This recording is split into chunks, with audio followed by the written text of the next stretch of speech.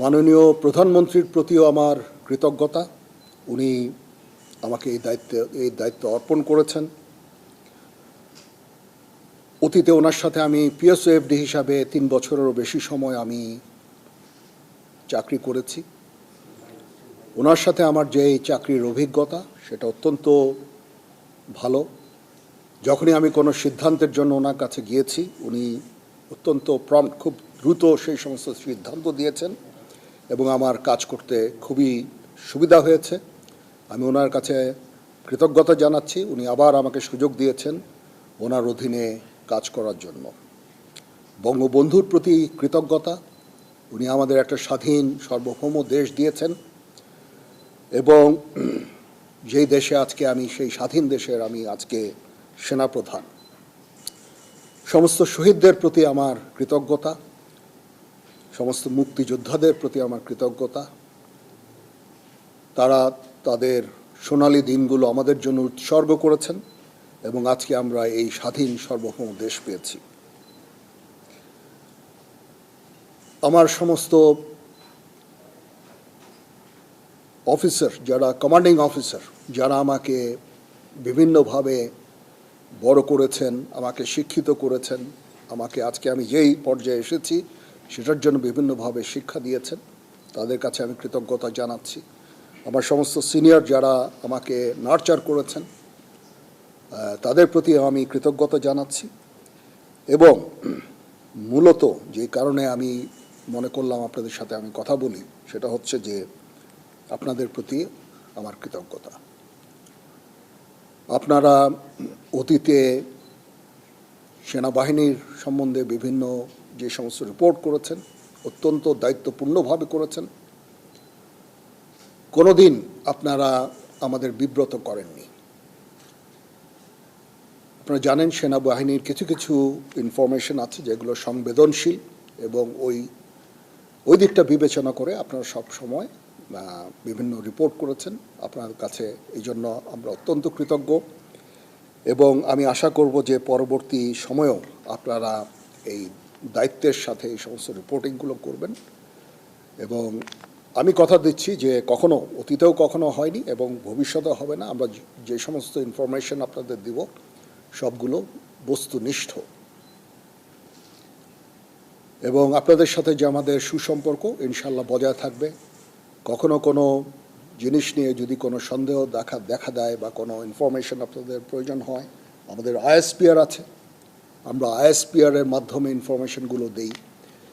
আপনারা যদি আলাদা আলাদাভাবে ইনফরমেশন নেন তাহলে একটা সমস্যা থেকে যায় যে এক একভাবে হয়তো ইনফরমেশন আপনারা পান। এটা ব্যক্তি বিশেষের পার্সপেক্টিভের একটা ভিন্নতা থাকতে পারে, তখন এটা আপনাদের কনফিউজ করবে। এই জন্য আমরা সবসময় আমাদের আইএসপিআর আছে, আইএসপিআরের মাধ্যমে আমরা ইনফরমেশনগুলো দেই, সো দ্যাট ইনফরমেশনগুলো যেন সঠিক হয় এবং বিভিন্ন ধরনের ডিফারেন্ট ইনফরমেশন যেন আপনাদের কাছে না যায়। সেনাপ্রধান হিসাবে আমার প্রধান দায়িত্ব হচ্ছে সেনাবাহিনীকে সবসময় যুদ্ধের জন্য প্রস্তুত রাখা, বিভিন্ন ভবিষ্যৎ চ্যালেঞ্জের জন্য প্রস্তুত রাখা। সেই কাজটাই ইনশাল্লাহ আমি করে যাব। সেনাবাহিনী ইনএড টু সিভিল পাওয়ারে তার দায়িত্ব পালন করে। যদি সরকার আমাদের সেই দায়িত্ব দেয়, ওই দায়িত্ব আমরা নিষ্ঠার সাথে পালন করব। দুর্যোগ মোকাবেলায় যখন সরকার আমাদের নিয়োগ দিবে, ইনশাল্লাহ আমরা সেই সমস্ত দায়িত্ব ভালোভাবে পালন করব। দেশ গঠনে আমাদের নিয়োগ দিলে সেটাও করব। বিশ্ব শান্তির জন্য আমরা কাজ করে যাচ্ছি। আমরা ইউএন মিশনে আমরা ডিপ্লয় হই, বিভিন্ন ইউএন অপারেশনগুলো আমরা করি শান্তি রক্ষার জন্য, বিশ্ব শান্তির জন্য আমরা কাজ করে যাই। সেগুলো ইনশাল্লাহ জারি থাকবে। এবং আমি আমার প্রাক্তন সমস্ত সেনাপ্রধানদের প্রতি আমি কৃতজ্ঞতা জানাচ্ছি। ওনারা আজকে ওনাদের শ্রম দিয়ে, ওনাদের মেধা দিয়ে আজকে যে অবস্থায় সেনাবাহিনীকে রেখেছেন, আমি সেই অবস্থা থেকে সেনাবাহিনীকে আরও সামনে এগিয়ে নিয়ে যেতে চাই। ওনারা অনেক পরিশ্রম করেছেন এবং সেনাবাহিনীকে একটা অত্যন্ত সুন্দর জায়গায় আমি পেয়েছি আমার এর আগে সেনাপ্রধানের কাছ থেকে। ইনশাল্লাহ আমি ভবিষ্যতে সেনাবাহিনীকে এগিয়ে নিয়ে যাওয়ার আমার সর্বাত্মক চেষ্টা আমি জারি রাখব এবং দেশ এবং জনগণের প্রয়োজনে যখন প্রয়োজন হবে আমরা সর্বদা নিয়োজিত থাকব এবং জাতির পাশে থাকব ইনশাআল্লাহ। তো এই হচ্ছে দেশ জাতির কাছে এবং আপনাদের কাছে আমার অঙ্গীকার। মোটামুটি এই কয়েকটা কথাই আমার ছিল। আপনাদের যদি কোনো প্রশ্ন থাকে, কিছু জানতে চান, আমার সাথে কোনো কিছু শেয়ার করতে চান, ইউ মোস্ট ওয়েলকাম। জি, আমার অতীতে সেনাপ্রধানরা যারা কাজ করেছেন অত্যন্ত ভালোভাবে কাজ করেছেন। তারপরেও শৃঙ্খলা একটা ইস্যু থেকেই যায়। সেনাবাহিনীকে সবসময় সুশৃঙ্খল রাখতে আমি কাজ করে যাব। ট্রেনিং আমরা সবসময় করছি, এই ট্রেনিংটা যেন জারি থাকে সেই দিকটা আমি দেখব। আমরা ইউএন মিশনে চ্যালেঞ্জিং দায়িত্ব পালন করছি। আমাদের অফিসার্স সৈনিকরা সবসময় ওখানে কাজ করে যাচ্ছে। এইটাও একটা চ্যালেঞ্জ এবং এটাকে সামনে নিয়ে যাওয়া এবং এটা জারি রাখা, সেই কাজগুলো আমি করব। এবং এগুলো মোটামুটি আমি চ্যালেঞ্জ হিসাবে আমি এভাবে দেখছি না, বাট এই কাজগুলো ইনশাল্লাহ করব। দেশ জাতি গঠনে যখনই কোনো কাজে আমাদের নিয়োগ দেওয়া হবে সেই কাজগুলো আমরা করব। এটার প্রধান কারণ হচ্ছে আপনাদের কাছে কৃতজ্ঞতা জানানো। অতীতে অনেক সেনাপ্রধান এভাবে কথা বলেননি, গত 2 সেনাপ্রধান হয়তো কথা বলেছেন, বাট আমি মনে করলাম যে আপনারা আমাদের এতভাবে সাহায্য করেছেন, আপনারা এই সংবেদনশীল সংবাদ প্রচারে এত দায়িত্বর পরিচয় দিয়েছেন। আমি যদি আপনাদের সাথে কথা না বলি সেটা মোটেই সমীচীন হবে না। আপনাদের প্রতি কৃতজ্ঞতা জানানোর জন্য বেসিক্যালি, এবং পরবর্তীতেও যেন আপনারা আমাদেরকে এইভাবে সাহায্য সহযোগিতা করেন সেই জন্য আমি মনে করেছি যে এটা আমার জন্য অত্যন্ত জরুরি যে আমি আপনাদের সাথে কথা বলি। প্রথমত হচ্ছে যে আমরা এঙ্গেজড সমস্ত দেশগুলোর সাথে। মায়ানমারের সাথে আমরা এঙ্গেজড। আমাদের ওখানে ডিএ আছে, প্রতিনিয়ত ডিএদের সাথে তাদের সরকারের যোগাযোগ আছে, এবং আমাদের মধ্যে একটা আন্ডারস্ট্যান্ডিং আছে। আমি এই মুহূর্তে মনে করি না যে তারা নিজেরাই নিজেদের দেশে অলরেডি একটা সিভিল ওয়ারের মতো নিয়োজিত আছে। সিভিল ওয়ারে তারা কোনো ধরনের অ্যাগ্রেসিভ কোনো কিছু করবে আমি বেসিক্যালি আমি মনে করি না। তারপরেও আমাদের সেনাবাহিনী সব সময় এই প্রস্তুত আছে। নেভি আছে, নেভি তার পেট্রোলিং বাড়িয়েছে, সেখানে তারা ফ্রিগেট পাঠিয়ে সবসময় পেট্রোলিং করছে। বর্ডার গার্ডও প্রস্তুত আছে, যারা সেন্ট মার্টিনসে ডিপ্লয় থাকে সবসময়, এটা আগেও ছিল।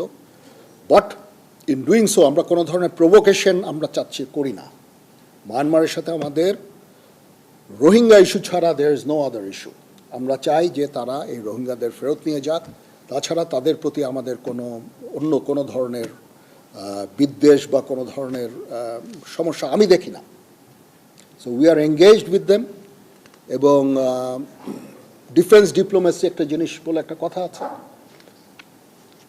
যখন 2 ফোর্সেস একে অপরের সাথে কমিউনিকেট করে সেই ফোর্সের পক্ষে হঠাৎ করে যুদ্ধ শুরু করা ভেরি ডিফিকাল্ট, এটা হয় না, ঠিক আছে? এই জন্য ডিফেন্স ডিপ্লোমেসিও ইজ ভেরি ইম্পর্ট্যান্ট। আমরা তাদের সাথে এঙ্গেজড আছি, সবসময় কথা বলছি, এবং শান্তিপূর্ণ উপায়ে আমাদের এই রোহিঙ্গা ইস্যুটা সমাধানের আমরা চেষ্টা চালিয়ে যাচ্ছি। আমরা কখনো হতাশ নই। আমি মনে করি যে একদিন না একদিন ইনশাআল্লাহ এই সমস্যার সমাধান হবে। আমরা সবসময় তাদের সাথে এঙ্গেজ থাকব। তো সবাইকে ধন্যবাদ।